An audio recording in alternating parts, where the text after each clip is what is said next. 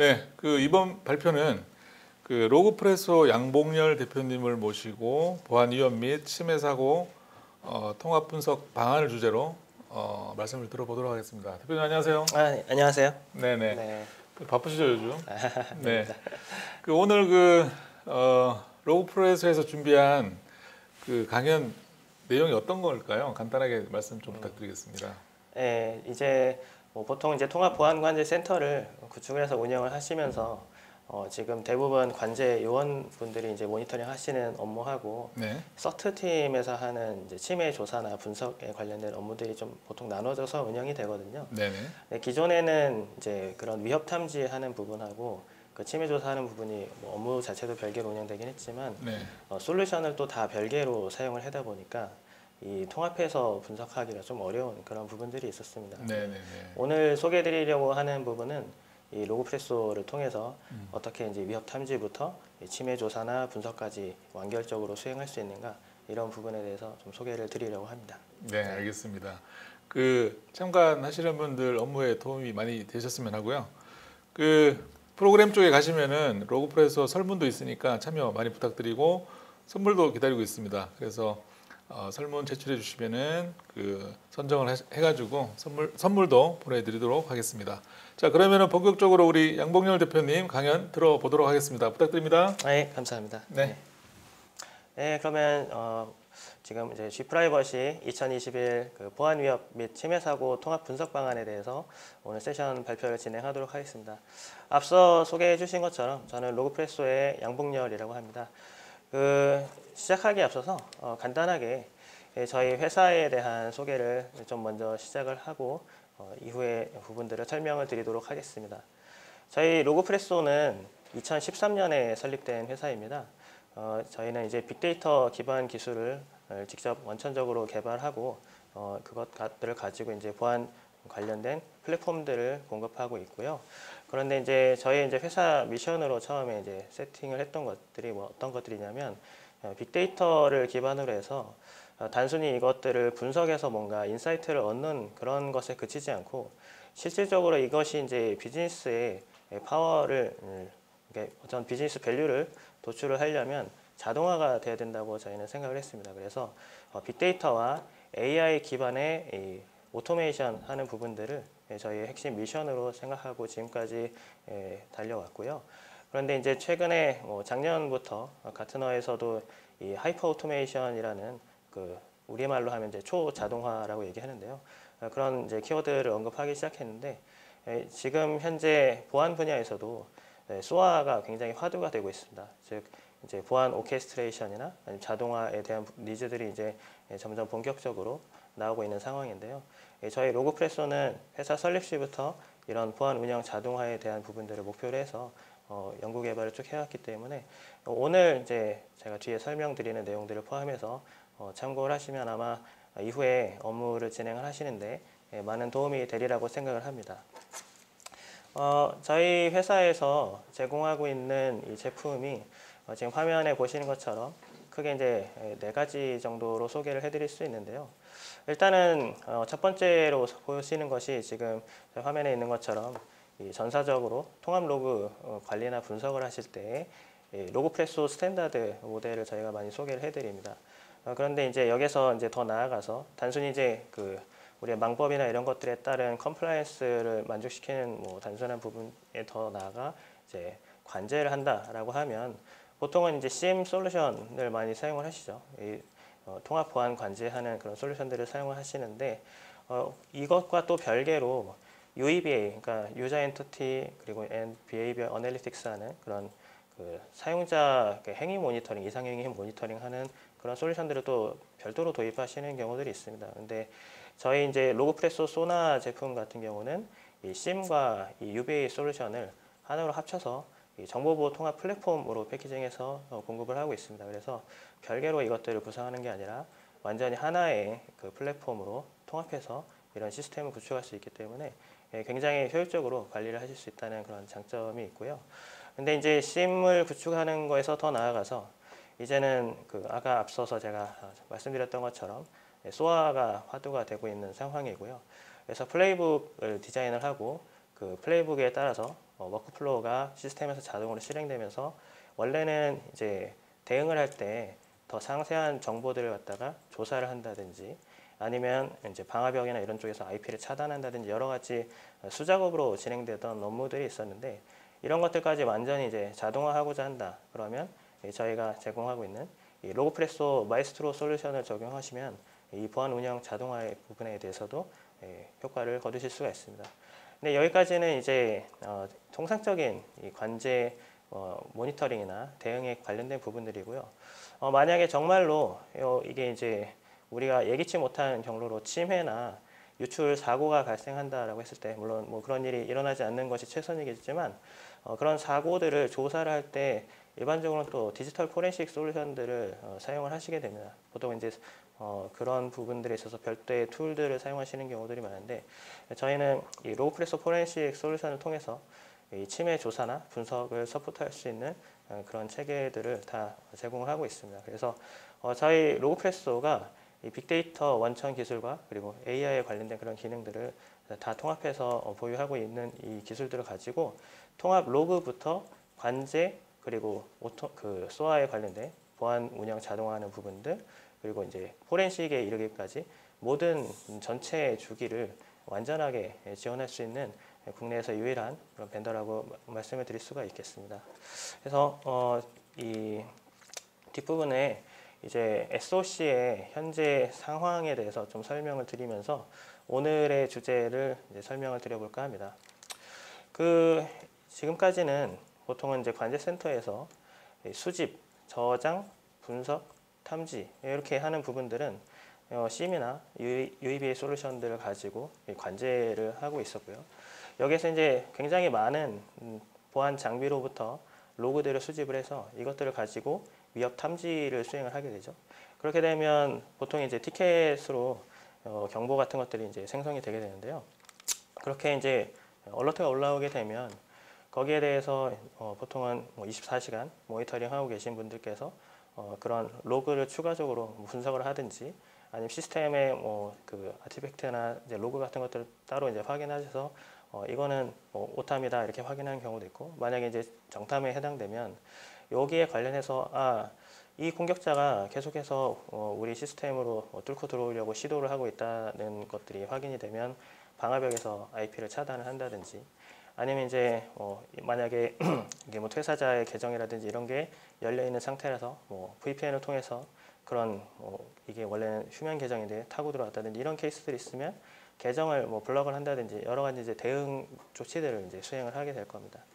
근데 이제 보통은 이 업무들이 조금 나눠져 있거든요. 왜냐하면 24시간 모니터링 하는 부분하고 그리고 뒤에 제가 설명드린 것 중에서 실제로 이제 침해나 유출 사고가 일어났을 때 서트팀에서 침해 조사 분석하는 이런 업무들하고 좀 역할이 분리가 된 조직들이 대부분입니다. 그런데 기존에는 이런 시스템들이 하나로 이제 구성이 된 게 아니라 각 업무하는 영역에 맞춰서 별도의 이제 솔루션을 쓰시고 계신 그런 상황이라고 볼 수가 있겠고요.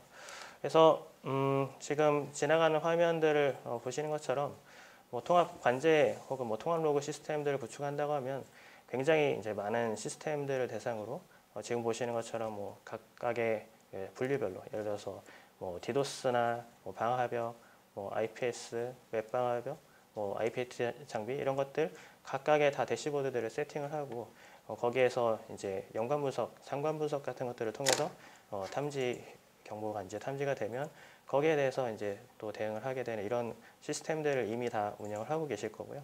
앞에 부분에는 이제 통합 로그라고 한다면 예를 들어서 통합 관제 쪽은 지금 제 화면에 보여드리는 이런 로그프레소 소나 같은 정보보호 통합 플랫폼으로 관제를 하고 계시다고 볼 수가 있습니다. 그러면 이제 여기에서 침해 조사 부분으로 넘어가는 얘기가 좀 바뀌는 거죠. 일반적으로 이제 가장 잘 알려진 그 통합 포렌식 솔루션들이 있습니다. 엔케이스 같은 툴이나 아니면 이제 FTK 같은 그런 포렌식 솔루션들이 있고요. 조금 더 이제 초심자분들께서 쉽게 사용하실 수 있는 것들은 마그넷 엑시엄이라든지 엑스베이스 같은 여러 가지 이제 외산 솔루션들이 존재하는데요. 문제는 이런 이제 통합 포렌식 솔루션들을 도입해서 사용할 때 이 솔루션 하나만 가지고 조사를 완결적으로 끝낼 수 있는 경우가 별로 없습니다. 왜냐하면 일반화된 그런 유저 인터페이스를 가지고 뭐 아티팩트를 검색하거나 뭐 분석하는 데는 좀 한계가 있을 수밖에 없거든요. 그러다 보니까 주로 이제 여러 가지 공개된 툴이나 오픈 소스 포렌식 그 툴들을 가지고 조합을 해서 분석을 하게 되는 케이스들이 굉장히 많습니다. 지금 제가 화면에 뭐 한 9가지 정도 이 포렌식 툴들을 나열을 해봤는데요. 뭐 예를 들어서 뭐 어널라이즈 MFT나 뭐 MF2 또 CSV 혹은 USN 저널 투 CSV 또 뭐 국내에서 이제 개발된 걸로 NTFS 로그 트래커도 있고 뭐 고려대학교에서 또 만든 레가라는 레지스트리 분석하는 솔루션도 있고요. 또 레그리퍼 같은 뭐 레지스트리 분석 툴도 있고요. 아무튼 여기에 나열한 거는 제가 뭐 한 10가지 안 되게 나열했지만 실제로 현장에서 사용하시는 그런 툴들 나열하면은 아마 좋게 30가지에서 40가지 이상 될 걸로 보입니다. 그런데 이제 이런 툴들을 전부 다 알고 사용을 해야 되느냐 하면 좀 굉장히 머리 아픈 일이 되겠죠. 그래서 만약에 이런 것들이 단 하나의 솔루션 혹은 단 하나의 쿼리 언어로 다 표현 가능하다고 한다면 앞에 제가 설명했던 굉장히 많은 이런 포렌식 툴들을 굳이 이제 다 공부하거나 아니면 뭐 계속해서 업데이트되는 걸 따라가실 필요가 전혀 없을 겁니다. 이렇게 된다면 뭐 가장 이상적일 거라고 생각은 하는데요. 문제는 아까 말씀드렸던 그런 통합 포렌식 툴들처럼 이런 툴들이 사실 가격이 상당히 많이 나갑니다. 엔케이스나 뭐 그런 툴들 같은 경우에 쉽게 이렇게 도입할 수 있는 그런 가격대는 아니거든요. 그러다 보니까 결과적으로는 앞에 설명드렸던 그런 공개되어 있는 개별적인 툴들에 의존하는 경향이 더 생기는 그런 문제들도 있습니다. 그런 부분들 때문에 저희가 이제 로그프레소에서는 이 포렌식 관련된 기능들까지 로그프레소 플랫폼에서 완결적으로 수행할 수 있도록 기능들을 다 탑재를 하고 있는데요. 지금 왼편에 보이는 것처럼 작업하는 게 기존의 침해 조사나 침해 분석을 할 때 사용하시는 그런 방법입니다. 예를 들어서 뭐 아까 앞에 보였던 뭐 어널라이즈 MFT나 뭐 다른 뭐 레그리퍼 같은 툴에서 먼저 한번 CSV 형태로 파일을 뽑아내는 거죠. 왜냐하면 보통은 수집하는 이 아티팩트들이 다 바이너리로 되어 있기 때문에 일반적인 뭐 쿼리 툴로는 바로 데이터를 가공하든지 분석을 할 수가 없습니다. 그래서 일단은 공통적인 포맷으로 뽑아내서 그걸 가지고 이제 후처리를 하려고 시도를 일반적으로 하시는 거죠. 그래서 앞에 보이는 것처럼 이 포렌식 도구별로 일단은 뭐 CSV가 되든 JSON이 되든 공통적인 파일 포맷으로 한번 변환을 한 다음에 또 이거를 조합을 해야 됩니다. 조합을 어떻게 해야 되냐? 보통은 조인하는 것들은 데이터베이스에서 다 지원을 하는데요. 이게 기존에 이제 예를 들면 쉽게 생각하기로는 뭐 MySQL이나 뭐 MariaDB 같은 오픈된 그런 데이터베이스들을 사용할 수도 있겠지만 이거 포렌식 분석하자고 또 뭐 데이터베이스를 설치를 하고 이런 것들은 굉장히 번잡하기 때문에 일반적으로는 이제 SQLite 같은 파일 DB를 많이 사용하시는 편이기는 합니다. 그래서 이렇게 중간적인 그런 결과들이 나오면 그것들을 SQLite DB에다가 다 적재를 한 다음에 이걸 또 다시 뽑아내서 후처리를 한다든지 하는 방식으로 굉장히 이제 복잡한 그런 과정들을 거치고 있는 거죠. 이런 과정을 한번 쭉 거치면 분석 결과가 나옵니다. 근데 만약에 이런 분석을 뭐 한 번 돌려서 다 끝나면 다행인데 사실 뭐 데이터 가져오는 거에 따라서 한 번씩 뭐 더 돌려야 되고 그런 경우들이 반드시 발생하거든요. 그러다 보면 이제 중간에 뭔가 과정을 하나 빼먹는 경우들도 생기고 그러다 보면 이제 작업을 뭐 다시 해야 되거나 디버깅 하는 것들도 상당히 피곤한 일이 되는데요. 로그프레소에서 이런 작업들을 한다면 이게 딱 하나의 단계로 압축이 돼버립니다. 그냥 로그프레소 쿼리 하나만 실행을 하게 되면 바로 이제 분석 결과를 뽑아낼 수가 있게 되는 거죠. 그러면 앞에 지금 왼쪽에 보시는 거에 비해서 굉장히 짧은 단계로 편안하게 분석을 수행할 수 있다는 것을 깨달으실 수 있을 텐데요. 그런데 이거를 그럼 또 로그프레소 상용 솔루션을 사야만 이런 게 가능한 거 아니냐라고 생각하실 것 같아서 저희가 이번에 G프라이버시를 통해서 공개하려고 하는 게 이 로그프레소 미니 패키지입니다. 이거는 이제 이번에 처음 공개하는 저희 이제 공개 버전의 툴이고요. 이 로그프레소 미니는 보통은 이제 저희 솔루션이 유료로 이제 상용 버전으로 나가는 것들은 다 웹 유저 인터페이스가 탑재가 되어 있고 또 굉장히 복잡한 기능들, 고급 기능들을 많이 가지고 있습니다. 그런데 이제 로그프레소 미니 같은 경우에는 이 딱 단일 바이너리, 그러니까 실행 파일 하나로 그냥 배포되는 굉장히 간단한 커맨드 라인 툴이라고 생각하시면 되고요.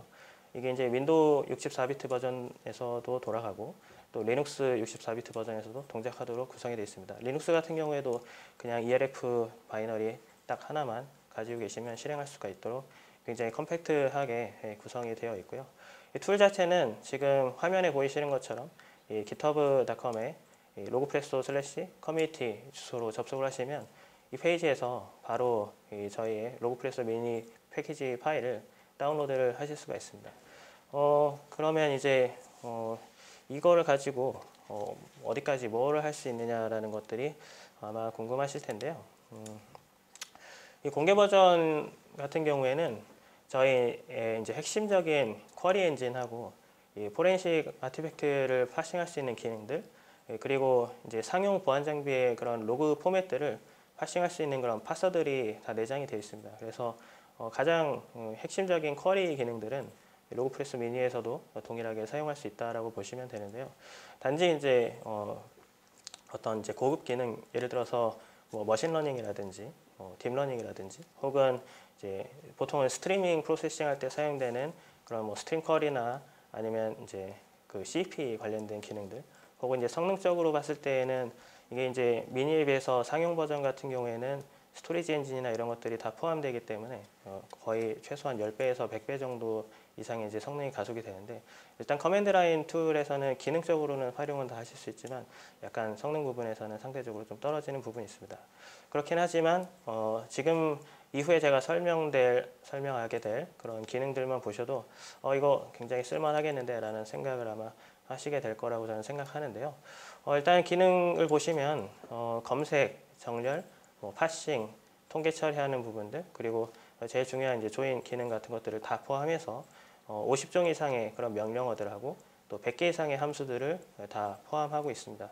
그래서 뭐 텍스트 포맷 같은 경우에는 뭐 당연히 이 CSV나 JSON 그리고 XML 이런 포맷들, 일반적인 이제 공통 포맷들이죠.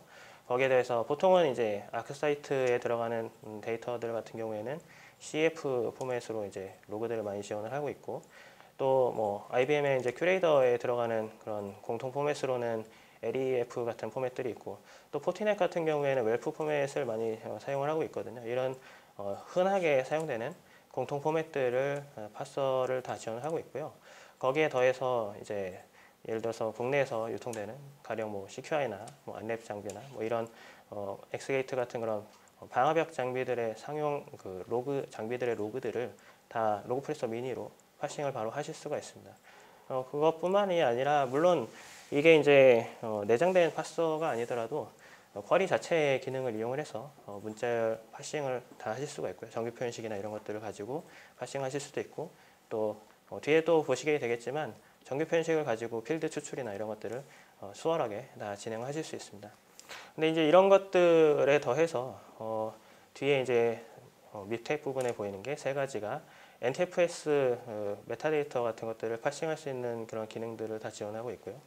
또 레지스트리 같은 경우에 그 레지스트리 하이브 파일을 파싱할 수 있는 기능들을 내장을 하고 있습니다.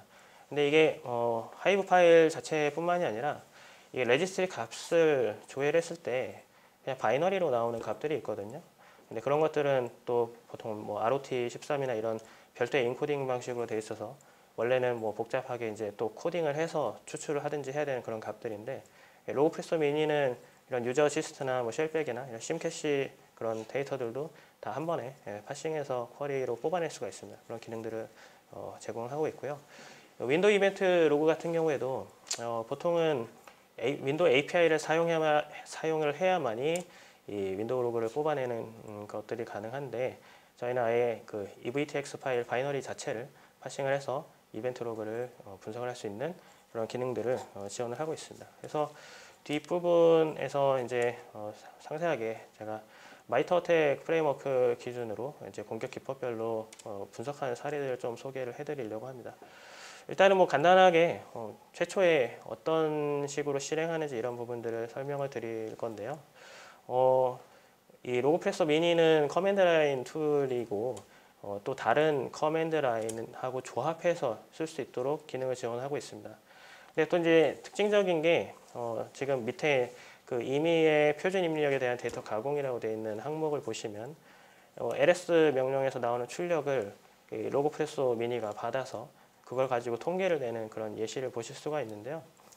임의의 그런 데이터들을 파이프를 통해서 그 앞에서 실행된 커맨드의 출력을 뒤쪽에 이제 로그프레소 미니의 쿼리가 받아가지고 처리하는 것을 보실 수가 있는데, 문법을 보면 이질감이 별로 없죠. 원래 이 로그프레소 쿼리 자체가 이 파이프 문법으로 구성되어 있는 게 포직스 이 시스템들의 쉘에서 그 파이프 문법을 따왔기 때문에 이 로그프레소 미니를 커맨드 라인에서 쉘에서 조합해서 사용하실 때 전혀 이질감이 없습니다. 그래서 마치 뭐 원래 쉘 커맨드들을 조합해서 쓰는 것처럼 쿼리를 쓰실 수 있다는 게 굉장히 또 좋은 점이라고 말씀드릴 수가 있고요. 보통은 이제 뭐 방화벽이나 이런 데서 패킷 받아가지고 바로 이제 로그를 샘플링 한다든지 뭐 파싱을 한다든지 이런 경우들이 있을 수 있는데, 그럴 때 로그프레소 미니에서 바로 그 시스로그 포트를 열어서 데이터를 받아서 파일로 기록을 한다든지 뭐 파싱해서 후처리된 결과를 쓴다든지 뭐 여러 가지 작업들을 하실 수 있는 그런 기능을 지원을 하고 있습니다. 간단한 또 다른 예를 본다고 하면 예를 들어서 SSH 데몬이 보통 접속할 때 로그를 다 남기게 돼 있거든요. 아마 잘 아시는 내용일 텐데요. 저 바 로그 시큐어 위치에 이 접속 로그들이 다 기록이 됩니다. 그때 그 중에서 이제 만약에 SSH 접속을 이제 브루트 포스로 이제 어택을 막 하고 있다고 하면 실패한 로그들이 많이 쌓일 거잖아요. 그러면 거기에서 뭐 계정이라든지 아니면 지금 로그인을 하는데 계속 실패하고 있는 IP 같은 것들을 추출해서 통계 처리를 해야겠다, 이렇게 생각하실 수 있는데, 그런 작업들을 할 때 지금 보시는 것처럼 로그프레소 미니의 쿼리를 사용하면 쉽게 이런 작업들을 수행하실 수 있습니다. 지금 보면 지금 authentication failure 구문이 이제 와일드카드로 이렇게 감싸져 있는데, 저렇게 하면 이제 원본 수집한 데이터에서 저 authentication failure 구문을 포함한 부분만 레코드를 다 필터링을 하게 되고요. 뒤에 이제 REX라고 되어 있는 커맨드가 있는데, REX가 레귤러 익스프레션의 약어입니다. 그래서 정규 표현식으로 해서 아까 이제 그 인증 실패한 로그에 대해서만 계정명을 추출하고 있는 그런 정규식을 사용하고 있는 거고요. 그 뒤에 이제 스태츠로 이어지는데, 바이 뒤에 있는 거는 그룹핑하는 용도의 필드라고 보시면 되거든요. 그래서 바이 유저라고 하면 유저별로 카운트를 하겠다라고 이해하시면 됩니다. 그래서 지금 저렇게 쿼리 한 줄을 쓴 것만으로도 이제 쉽게 SSH 로그인 실패한 계정별 건수를 계산을 해서 보이는 것을 확인하실 수가 있죠. 이런 식으로 데이터의 처리, 가공 같은 것들을 로그프레소 미니를 가지고 쉽게 수행을 하실 수가 있습니다. 지금부터 이제 설명할 것들은 아마 뭐 최근에 또 EDR 솔루션이 굉장히 핫하기 때문에 마이터어택 그 프레임워크에 대해서는 많이 들어보셨을 거라고 생각합니다. 그래서 실제로 이런 침해나 유출 사고 같은 것들이 발생했을 때 어떤 공격 기법들을 사용하는가, 그런 일종의 이제 보캐뷸러리를 마이터에서 다 표준화해 놓은 게 이 어택 프레임워크이거든요. 그런 것들은 제가 이제 사례별로 하나씩, 사실 오늘은 뭐 아주 복잡한 쿼리를 설명드리기는 사실 처음부터 그렇게 하기는 어려울 것 같고, 간단한 사례들 위주로 해서 설명을 드리려고 합니다. 지금 화면에 보이는 밑에 이제 하단에 보이는 레이아웃은 그 마스터 파일 테이블의 레이아웃이거든요. 이게 이제 MFT가 어떤 역할을 하냐면 NTFS 파일 시스템에서 모든 파일에 대한 정보를 갖고 있는데, 여기에는 당연히 이제 파일의 이름이라든지 파일의 생성 시간 같은 모든 이제 메타 정보들이 집결이 되어 있습니다. 근데 보통은 이제 예를 들면 FTK 이미저 같은 걸로 이미지 덤프를 한 다음에 여기에서 MFT나 아니면 USN 저널 파일 같은 것들을 추출을 하게 되는데요. 이걸 가지고 아까 앞에서 막 설명드렸던 그런 별도의 뭐 NTFS 로그 트래커나 뭐 다른 툴들을 사용해서 또 파일을 열어가지고 분석을 하시는 거죠. 근데 그렇게 할 필요가 없이 그냥 지금 화면에 보이는 간단한 쿼리를 쓰면 됩니다. NTFS MFT의 커맨드를 쓰고 뒷부분에 이제 파일 이름에 대해서 필터링을 하고 또 생성 일시에 대해서 조건을 걸어서 필터링을 하게 되면 특정 시점 이후에 생성된 파일 같은 것들만 쉽게 검색을 하실 수가 있는 거죠.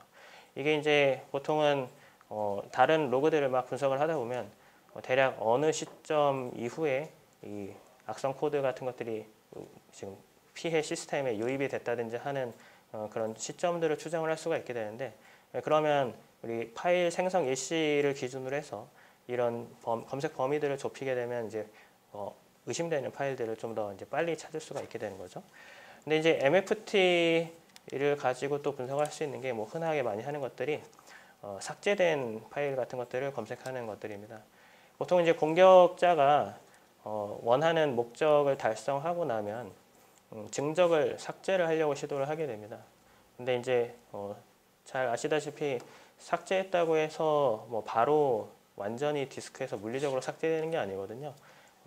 흔하게 이제 복구 툴 같은 것들을 사용하면 삭제된 파일을 다시 되살릴 수가 있는데, 그래 지금 보시는 것처럼 그 MFT의 플래그라고 하는 그 필드 위치에 이 삭제 여부가 마킹이 되어 있습니다. 그래서 다른 파일에 의해서 오버라이트가 되기 전까지는 이 삭제된 파일에 대한 정보들이 남아 있거든요. 그래서 지금 화면에 보시는 것처럼 아직 현재 이제 사용 중이지 않은 그 레코드만 찾는다고 하면 not 함수로 뒤집어서 inUse를 하게 되면 삭제된 파일 목록만 바로 이제 뽑아서 분석을 할 수가 있게 됩니다.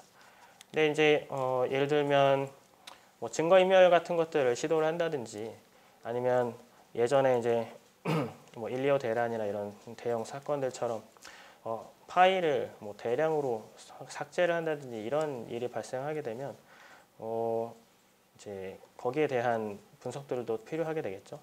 앞에 MFT를 가지고 분석을 했을 때 파일이 삭제된 거는 확인할 수가 있는데, 문제는 이제 파일을 그 삭제했던 시점을 확인할 수가 없거든요.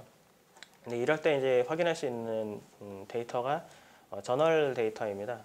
이 저널링 데이터는 이 파일 시스템에서 행해졌던 뭐 예를 들어서 파일을 생성한다든지 삭제를 한다든지 파일 이름을 변경한다든지 모든 그런 파일 시스템에 대해서 수행했던 행위들을 다 시간 순대로 기록을 하고 있기 때문에 이 저널 파일을 분석을 하면 정확한 그런 시점을 확인할 수가 있게 되는 거죠. 그래서 지금 왼쪽에 이제 쿼리를 보시면 NTFS USN 저널이라고 해서 저렇게 해서 파일 경로를 주게 되면 거기에서 저널 레코드를 파싱을 해서 읽어오게 됩니다. 읽어오는데 그 중에서 이제 파일을 삭제한 것만 서치 구문으로 필터링을 하면 정확하게 이제 어떤 파일을 언제 삭제했다라는 기록들을 추출을 할 수 있게 되는 거죠.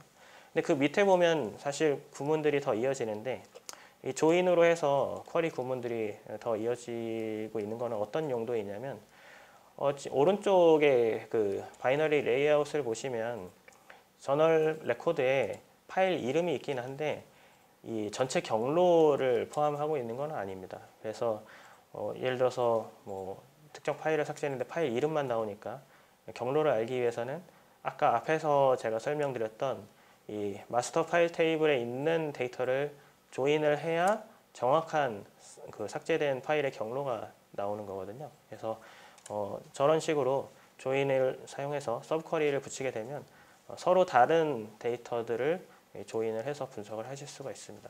그래서 로그프레소 미니가 이런 식으로 이제 여러 데이터 셋을 조인할 수 있는 기능을 보여드리는 그런 사례로 제가 하나 집어넣었고요. 근데 이제 대량으로 이제 삭제를 하게 됐을 때 그 징후를 어떻게 분석할 수 있느냐라고 한다면 통계 처리를 하면 확인할 수가 있겠죠. 그래서 지금 그 왼쪽에서 보이는 쿼리를 보면 앞에서 설명드렸던 거에서 딱 타임 차트라고 된 부분만 쿼리가 바뀐 거를 보실 수가 있습니다. 거기에 보면 이제 스팬 값이 옵션으로 들어가 있거든요. 1D라고 되어 있는데 이제 저게 어떤 의미냐면 하루치 단위로 나눠서 집계를 하겠다 이런 의미입니다. 저거를 뭐 숫자를 바꿔서 뭐 1H 이렇게 쓰게 되면 1시간 단위로 분석을 한다 뭐 이런 식의 그 조건들이 변경이 될 수가 있거든요.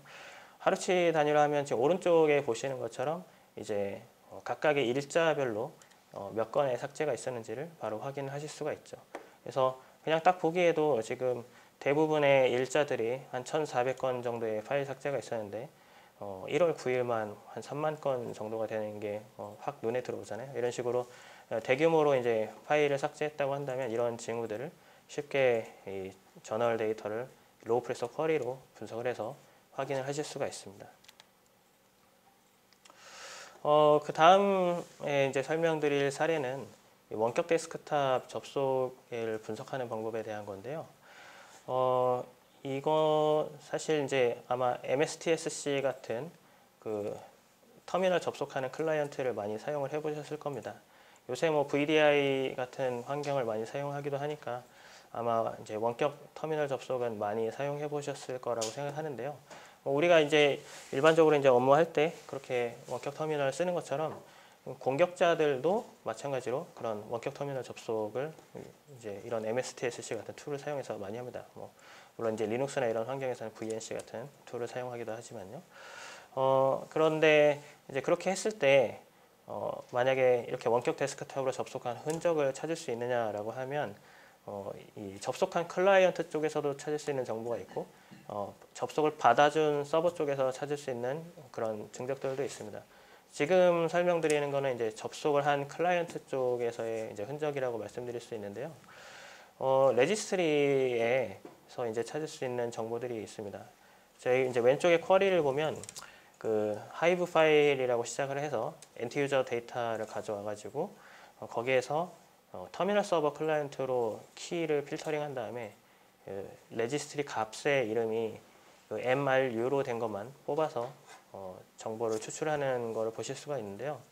저게 이제 어떤 의미냐 하면 그 원래는 이제 사용자 계정별로, 그러니까 윈도우의 사용자 계정별로 이 엔드 유저 그 데이터 파일이 레지스트리 하이브 파일이 생성이 됩니다. 그래서 얘는 지금 그 어떤 정보들을 가지고 있냐면 그 우리가 이제 원격 데스크탑 클라이언트를 실행하시면 그 접속 주소를 입력하는 창이 있거든요.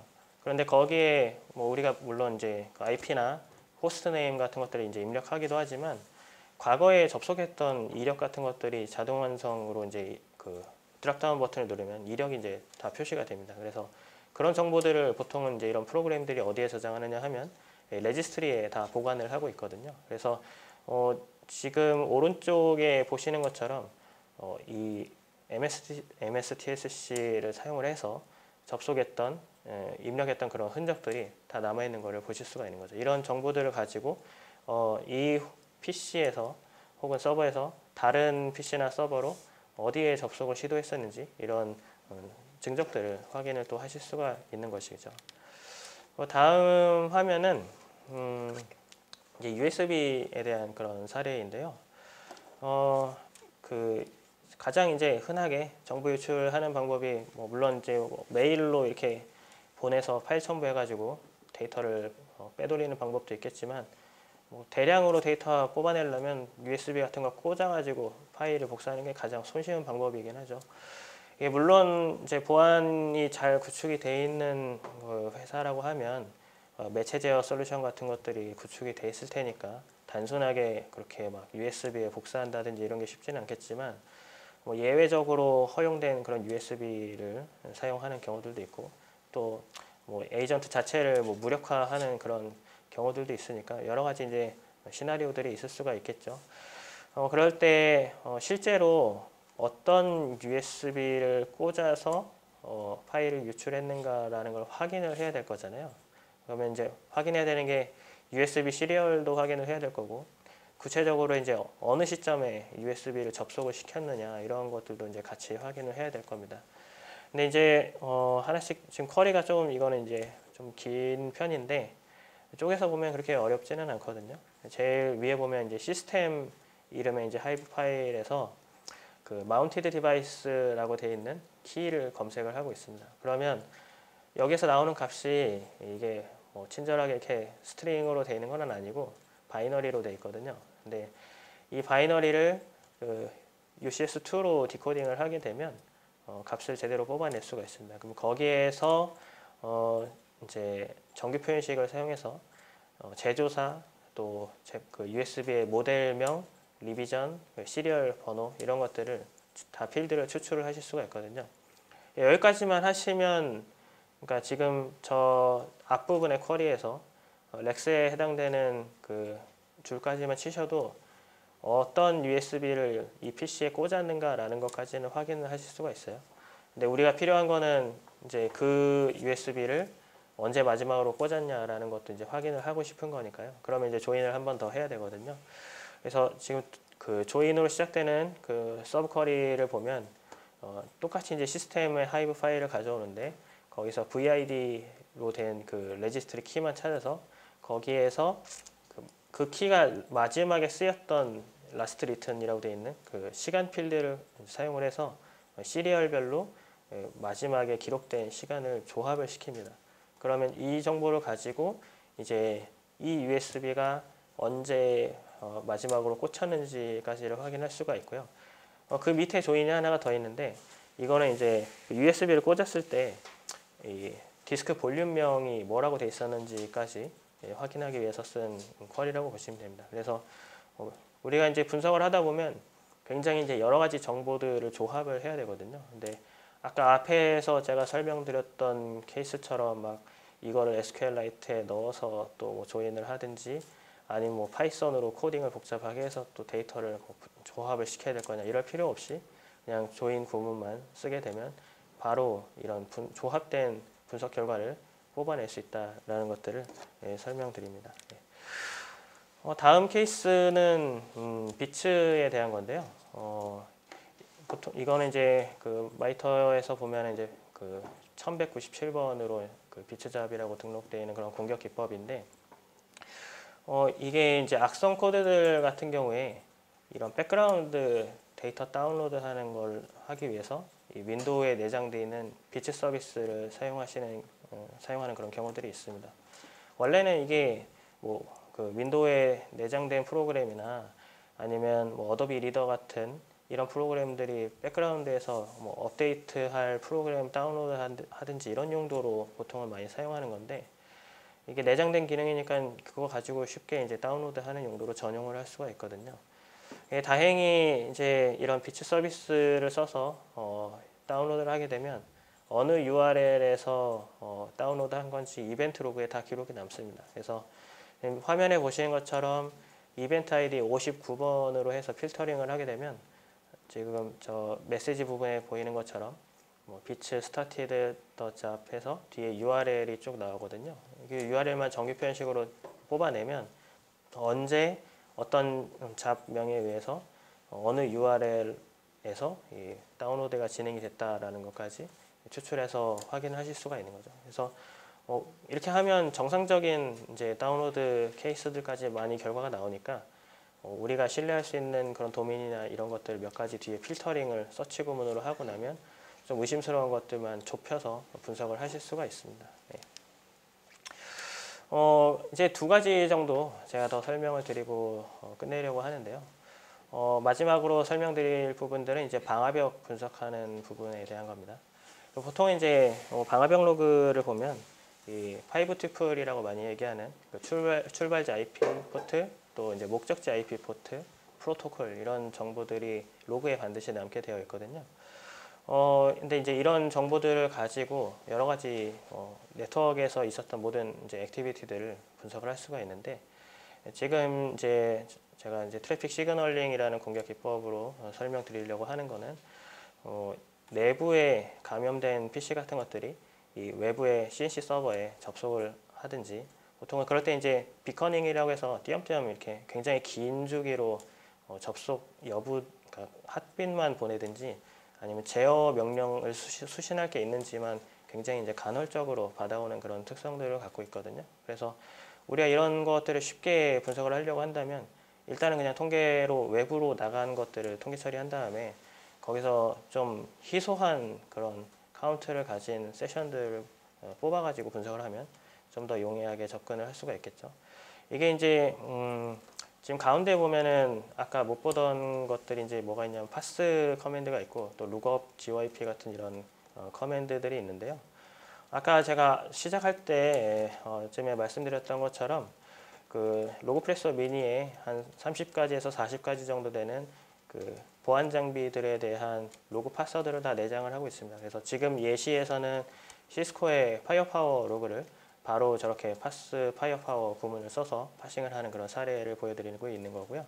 거기에 더해서 이게 사실 IP만 가지고 우리가 알 수 있는 정보가 되게 빈약하거든요. 그거 자체만으로는 좀 이제 확장을 시켜야 됩니다. 예를 들면 이제 IP를 가지고 국가 코드로 변환을 한다든지 아니면 통신망 정보로 변환을 해야 이게 좀 알아볼 수 있는 형태의 정보가 되거든요. 지금 오른쪽에 보면은 이제 데스티네이션 IP에 대해서 예를 들어서 뭐 코리아텔레콤, KT라고 이렇게 찍히든지 아니면 뭐 아마존의 이제 AWS의 인스턴스다 이런 게 정보들이 좀 나와야 지금 내가 보고 있는 이 IP가 어디에 속한 IP라는 걸 좀 더 직관적으로 확인을 하실 수가 있는 거죠. 그래서 저런 정보들을 가지고 지금 컨트리를 필터링을 하면 내부망이 아니라 이제 외부망, 그러니까 인터넷 구간으로 나간 그런 세션들만 출연할 수가 있고요. 그걸 가지고 이제 통계 처리를 해서 외부에 통신한 그런 사례들을 간단하게 집계 분석해서 처리를 하실 수가 있습니다. 그것뿐만이 아니라 예를 들면 내부에 이제 내부 침투가 진행된다고 하면 보통 이제 레터럴 무브먼트를 많이 거쳐가게 되거든요. 보통은 예를 들어서 그 최초의 그 우리 관리하시는 그 네트워크에 뚫고 들어온 지점이 최종적으로 목표로 하는 장비는 대부분은 아닐 겁니다.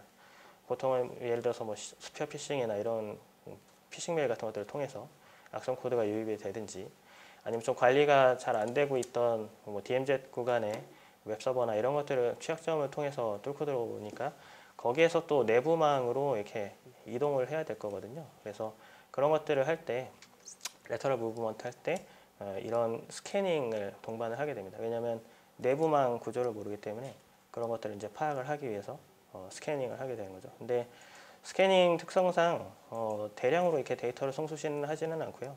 보통 이제 2개 정도 그런 패킷만 가지고 씬 보내고 씬에크 받고 그러고 이제 끊어버리고 이런 식으로 스텔스 스캔을 많이 하거든요. 그래서 우리가 그 출발지나 목적지에 대해서 그 IP 대역을 먼저 한번 필터링을 해내고 그 전송한 그런 패킷의 개수 같은 것들을 필터링한 다음에 지금 하단에 보면 DC라고 되어 있는 게 이제 디스팅트 카운트입니다. 그래서 목적지로 유일한 그런 IP 포트 조합을 계산하면 스캐닝 특성을 가진 그런 트래픽의 세션이 이제 유일한 게 몇 가지가 있었나 이런 것들을 통계 처리를 바로 하실 수가 있거든요. 그래서 이런 류의 쿼리를 가지고 네트워크 스캔 같은 것들을 또 위협을 잘 탐지를 하실 수가 있습니다.